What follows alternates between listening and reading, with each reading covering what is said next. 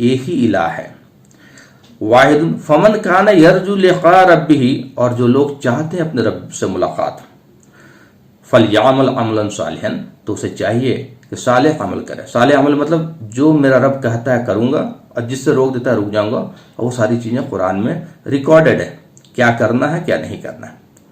اور صرف یہیں پہ نہیں رکا معاملہ، وَلَا يُشْرِكْ بِعِبَادَتِ رَبِّهِ أَحَدًا، اور نہ شریک کرنا میری عبادت میں، اپنے رب کی عبادت میں، احدن کسی کو بھی۔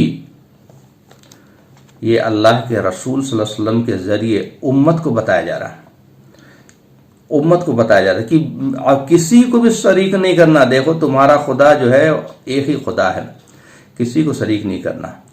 تو محمد صلی اللہ علیہ وسلم کو نعوذ باللہ کوئی خدا بول دے، شرک، بہت بڑا شرک ہوگا۔ اور ایک خدا بولنا بھی شرک ہے، اور یہ سمجھنا کہ بھائی ان سے بھی ملے گا، ان کو شریک کرنا، ان کے اس لیول میں پہنچانا شرک ہے۔ ان کے علاوہ باباؤں کو، بزرگوں کو، اولیاء کو، اس میں احدن، رب بھی احدن، کسی کو شریک نہیں کرنا، یہ مطلب کیٹیگوریکلی بولا جا رہا ہے، اور ہم تو سب کو شریک کر رہے ہیں۔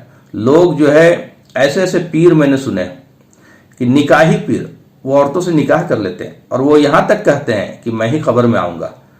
اللہ اکبر، کیا ہونے والا ہے مسلمانوں کی حال۔ اور ایک سے ایک پیر جو سجدہ کرا رہے ہیں لوگوں کو، اپنے آگے سجدہ کرا رہے ہیں، اور پھر مزار پہ اور درگاہ پہ پیسہ کمانے کا ذریعہ بنا رکھا ہے۔ عرس کے نام پہ وہ بے حیائی ہوتی ہے، وہ عریانیت ہوتی ہے۔ عرس ایک طرف عرس چل رہا ہوتا ہے، اور پورا میلہ اور ٹھیلا اور رات بھر عریانیت کا ماحول ہوتا ہے۔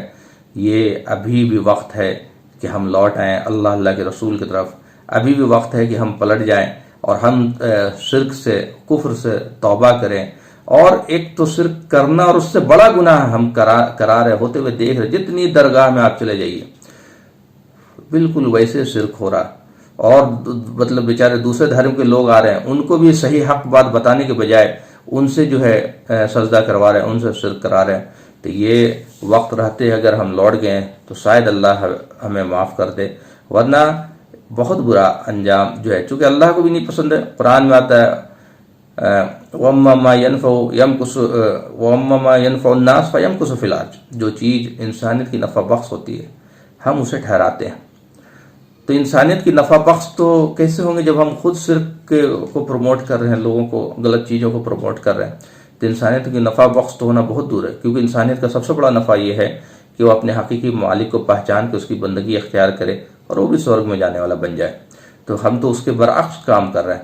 تو یہ میرا ویڈیو بنانے کا مطلب یہ نہیں ہے کہ میں کسی کو ٹارگٹ کر رہا ہوں، یہ میری اپیل اور میں روکنے کا کام کر رہا ہوں، سمجھانے کا کام کر رہا ہوں، کیونکہ اللہ تعالیٰ نے سورہ اعراف میں جو یوم سبت کی کہانی ہے، مچھلی والے کی کہانی ہے، اس میں اللہ تعالیٰ نے کیٹیگوریکلی کہا ہے کہ میں نے نجات صرف ان لوگوں کو دی جو روکتے تھے، اور روکنے کا صرف بولنا ہی تو ہے روکنا، برے چیز کے بولنا ہی روکنا ہے، اسی پہ حجت قائم ہو جاتا ہے۔ تو وہ لوگ بھی منع ہی تو کرتے تھے، جو لوگ مچھلی پکڑتے تھے سیٹرڈے میں گڈھا کرتے تھے کہ بھائی یہ کام مت کرو، اللہ کا عذاب آ جائے گا، صرف اتنا بولنا ہی کافی ہے۔ تو اللہ نے صرف ان کو بچایا، باقی دونوں کو بندر بنا دیا، جو یہ کام کر رہا تھا اور جو دور سے دیکھ رہا تھا اور روکتا نہیں تھا۔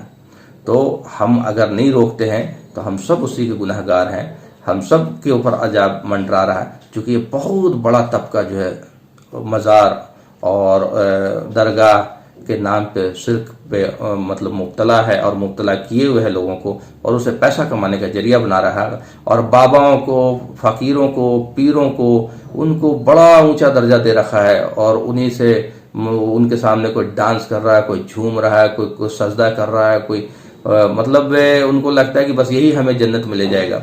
جنت میں کوئی نہیں لے جائے گا۔ قرآن میں آتا ہے وَالْعَصْرِ إِنَّ الْإِنسَانَ لَفِي خُسْرٍ إِلَّا الَّذِينَ آمَنُوا وَعَمِلُوا الصَّالِحَاتِ وَتَوَاصَوْا بِالْحَقِّ وَتَوَاصَوْا بِالصَّبْرِ۔ قسم زمانے کی ساری انسانیت گھاٹے میں ہے، سوائے لوگ جو یقین مجھ پہ، میری ہی بندگی، مجھ سے ہی مانگنا، مجھ پہ ہی یقین، میرے علاوہ کسی کے ساتھ شریک نہیں کرنا، اور عامل الصالحات، وہی بات ابھی پہلے آیت میں پڑھی، وتواصوا بالحق، حق بات کی وصیت کرتے ہیں۔ حق بات ہم نے بولنا ہی چھوڑ دیا۔ ہم لوگوں کو بھائی یہ ناراض ہو جائے گا، یہ ناراض ہو جائے گا، ہمارے محلے والے ناراض ہو جائیں گے، ہمارے پڑوسی، حق بات بولنا ضروری ہے، اور اس کی وجہ سے جو پریشانی آئے اس پہ صبر کرنا ہے۔ تو اگر یہ کام کیا تو اللہ تعالیٰ کا وعدہ ہے، اور اللہ تعالیٰ کا وعدہ غلط نہیں ہوتا. ایسا نہیں کہ وہ صرف بنی اسرائیل کے لیے کہانی تھا، چونکہ اللہ تعالیٰ کا قرآن میں آتا وَلَن تَجِدَ لِسُنَّتِ اللَّهِ تَبْدِيلًا، اللہ کی سنت میں کبھی تبدیلی نہیں پاؤ گے. تو جو ان کے لیے تھا وہی ہمارے لیے، اور وہی قیامت تک کے لیے. تو اگر ہم رک گئے اور روکنے والے بن گئے، روکنے والے بن جائیں، تو ہم انشاءاللہ نجات پائیں گے. وآخر الدعوانا والحمد للہ رب العالمین.